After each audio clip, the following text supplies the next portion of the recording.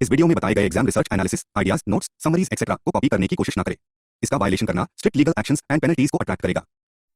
Hello seventy students, जिस video का आपको बहुत दिनों से इंतजार था, हाँ वो वीडियो आ गई है। बिजनेस स्टैट्स के रिलेटेड टॉपिक्स की वीडियो किस लिए एप्लीकेबल है? सेमेस्टर 3 के स्टूडेंट्स के लिए, बीकॉम प्रोग्राम के स्टूडेंट्स के लिए। अब इस वीडियो के अंदर सबसे पहले हम बात करेंगे अपने सीबीएचएस वर्सेस एनईपी सिलेबस के बारे में। अब बहुत बच्चे होते हैं हमेशा से वो सीबीएचएस वाला सिलेबस पढ़ लेते हैं, चाहे उनका पेपर एनईपी के अंदर है पर वो सीबीएचएस वाला सिलेबस पढ़ते रहते हैं। तो मैंने आपके लिए क्या करा, एक पूरी लिस्ट बना ली कि कौन कौन से टॉपिक आपके सीबीएचएस सिलेबस के अंदर थे एंड कौन से आपके जो टॉपिक है वो एनईपी में नहीं रहे, मतलब एनईपी से डिलीट हो गए। तो सबसे पहले चलो उसकी बात करते हैं। इसका तो डिटेल एनालिसिस होगा कि इस चैप्टर में मेरा क्या क्या टॉपिक नहीं पढ़ना है, वो मैं उसको वीडियो का आगे बताऊंगा। तो सबसे पहले हम अपना समझते हैं कि आपके सीबीएचएस वर्सेस एनईपी सिलेबस में क्या-क्या डिफरेंसेस है। अब आ जाओ। अब आपका क्या है, यहाँ पे मैंने लिया है सीबीएचएस एंड यहाँ पे मैंने लिया है एनईपी। अब इसके अंदर क्या है, यूनिट 1 के अंदर आपका सीबीएचएस में क्या था, जीएम आता था, एचएम आता था। बस एनईपी में क्या हुआ, एनईपी में ये चीज हट गई है, ना आपका ज्योमेट्रिक मीन आएगा ना आपका हार्मोनिक मीन आएगा। उसके बाद क्या, यूनिट 2 के अंदर आपका Poisson approximation to binomial distribution वाला टॉपिक था, वो एनईपी में आपका हट चुका है। यूनिट 4 के अंदर exponential method and moving average method, वो भी आपका एनईपी में हट चुका है। अब आएंगे इसके थर्ड टॉपिक के ऊपर ही। यूनिट 4 के अंदर जो आपकी टाइम सीरीज एनालिसिस वाली यूनिट है, उसके अंदर आपका seasonal variations, calculation of seasonal indices using simple average, ratio two trend and ratio two moving average method, uses of seasonal indices. ये जितने भी आपके टॉपिक्स है ये आपके एनईपी में क्या है, ये आपके एनईपी में नहीं है, ये आपके एनईपी से बाहर हो चुके हैं। तो आपको ये वाले टॉपिक्स नहीं पढ़ने। अब आ जाओ आगे।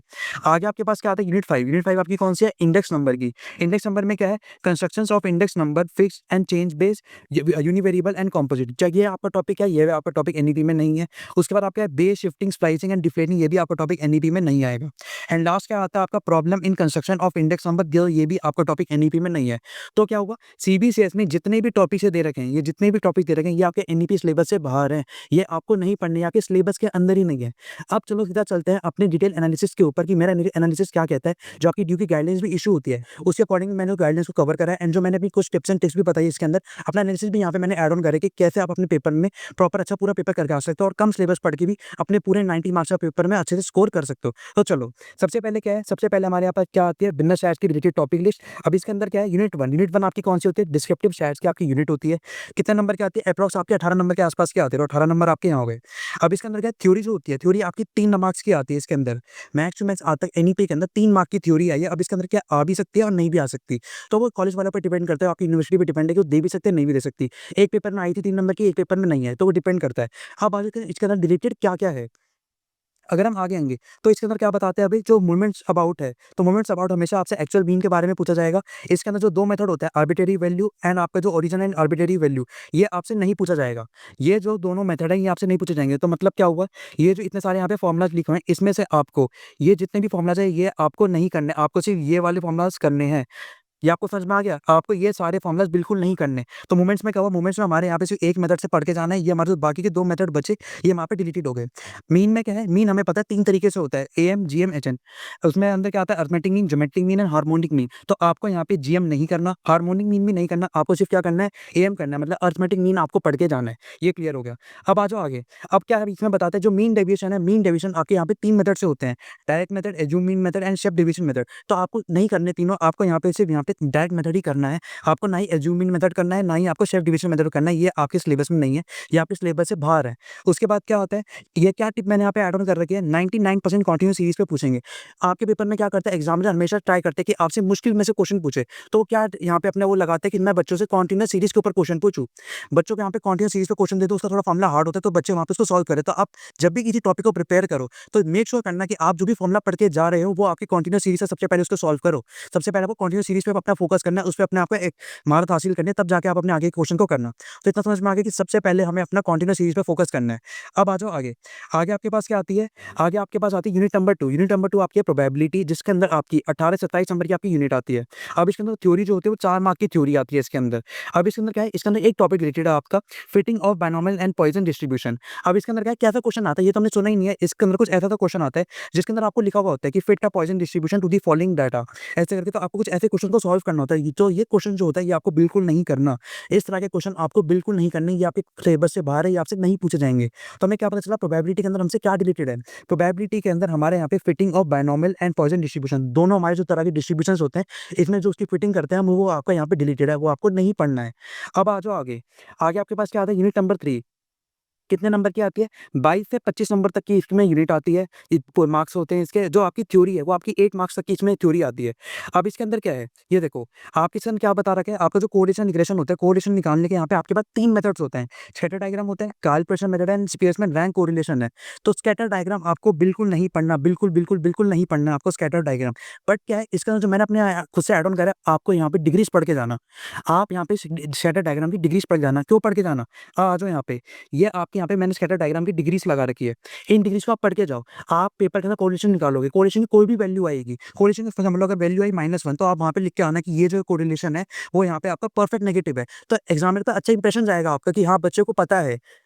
आप समझ रहे हो? आप अगर इसको लिख के आओगे अपनी ये जो जितनी भी यहाँ पे डिग्रीज बता रखी है, अगर आपकी +1 -1 आई तो परफेक्ट पॉजिटिव होता है, -1 आई तो परफेक्ट नेगेटिव होता है, 0.575 से अगर यहाँ पे ग्रेटर देन इक्वल्स टू 1 के बीच में होता है तो आपका हाई पॉजिटिव होता है। मतलब ऐसे जो भी डिग्रीज है इनके बारे में लिख के आओगे तो एग्जामिनर पे अच्छा इंपैक्ट जाएगा, आपका आंसर और ब्यूटीफाई होगा, आपकी प्रेजेंटेशन और इंक्रीज होगी। तो मेरे कहने पे इन सबको पढ़ के जाना, इसको करके जाना, तो आपका यहाँ पे प्रॉपर पूरा सॉर्टेड हो जाएगा। अब आ जाओ पीछे वापस ही। अब आपके कौन से 2 मेथड बचे? आपका एक मेथड बचा कैलिब्रेशन मेथड, ये आपको करके जाना है एंड आपका बचा स्पेसमैन रैंक कोरिलेशन, ये आपको करके जाना है। अब इसके अंदर क्या आता है, इसके अंदर आपके 2 तरीके के क्वेश्चन बनते हैं, एक तो रिपीटेड नंबर्स वाले एंड एक नॉन रिपीटेड वाले। तो फर्स्ट प्रायोरिटी के अंदर आपको रिपीटेड वाले पढ़ के जाने हैं।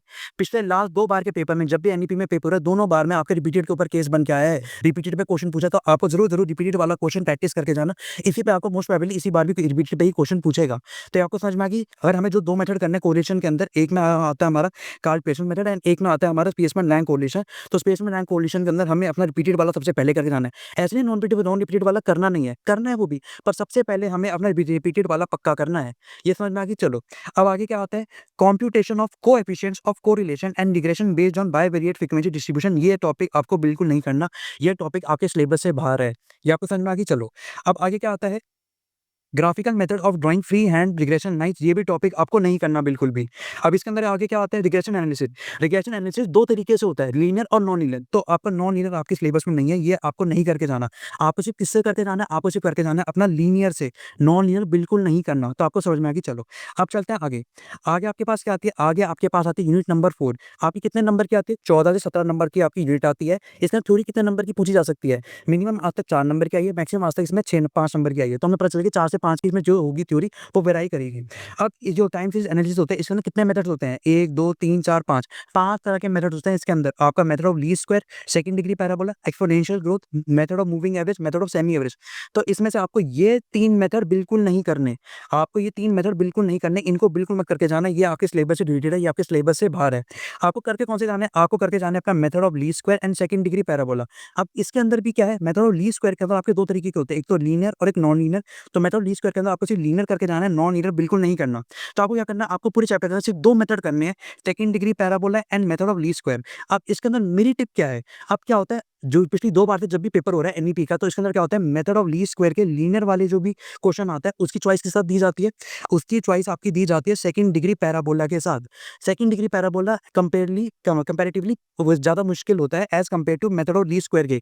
तो अगर आप सेकंड डिग्री पैराबोला एक बार को नहीं भी पढ़ के जाओगे and method of least square के जो लीनियर वाला ट्रेंड होता है इसको अच्छे से पढ़ जाओगे, तो आपको पूरा पेपर निकल जाएगा। आपको पूरा जो भी 10 नंबर का 12 नंबर क्वेश्चन आता है, 8 नंबर क्वेश्चन आता है, वो प्रॉपर आप आसानी से कर लोगे।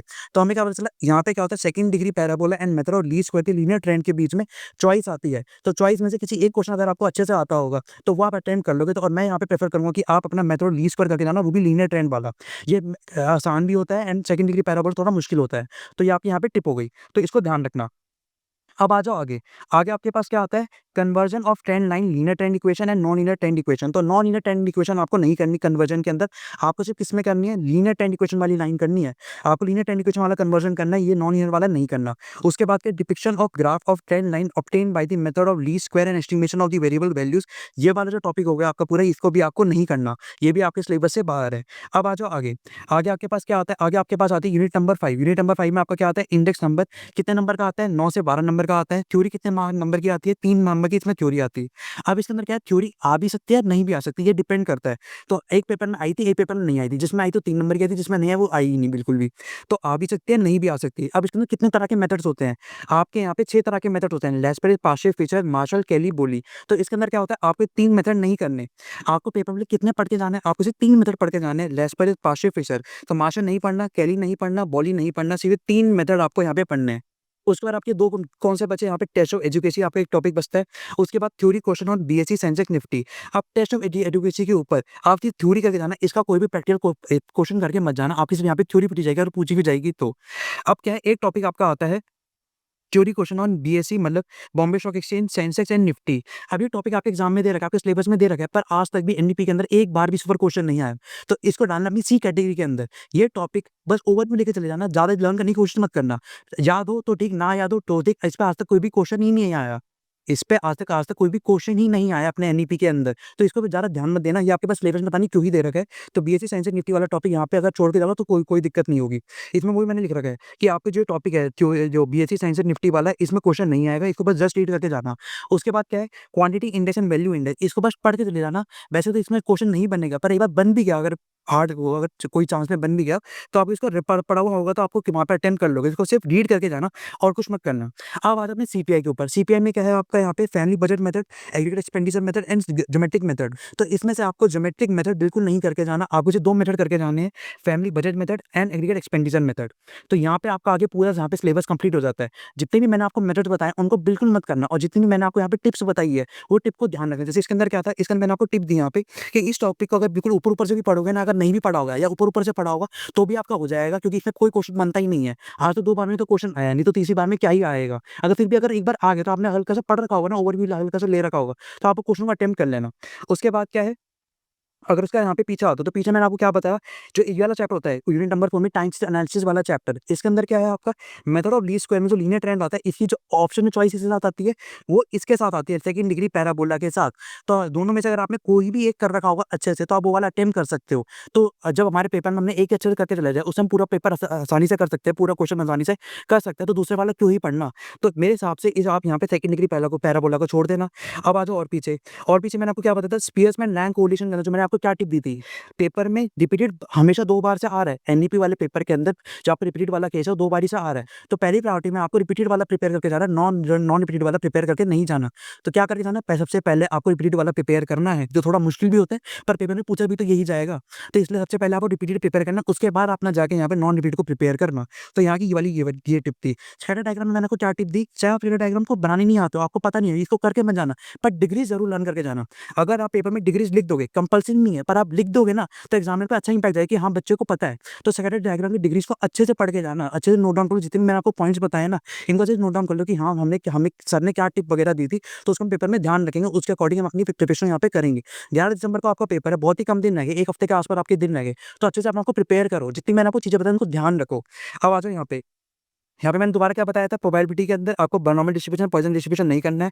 उसके बाद ये फिटिंग वाला नहीं करना है, दोनों मेथड्स करना है, पर फिटिंग उसका जो क्वेश्चन आता है, जो नीचे वाली लाइन जैसे fit a Poisson distribution to the following data, ये वाला आपको क्वेश्चन नहीं करना है ऐसे करके। उसके बाद क्या मीन डिवीजन का था, ये 2 मेथड्स नहीं आते। एंड में इसके चैप्टर 1 के अंदर मतलब यूनिट 1 के अंदर मैंने आपको क्या टिप दी थी, ये टिप दी थी कि कॉन्टिन्यूअस सीरीज पे मोस्ट प्रोबेबली क्वेश्चन आता है, हर बारी कॉन्टिन्यूअस सीरीज पे क्वेश्चन पूछते हैं। ये डिस्क्रीट सीरीज या जो आपकी जो अदर सीरीज बच गई उसके अंदर बहुत कम चांसेस होते हैं कि उस पर क्वेश्चन पूछे, सबसे ज्यादा चांसेस होता है कि कॉन्टिन्यूअस सीरीज पे क्वेश्चन पूछे।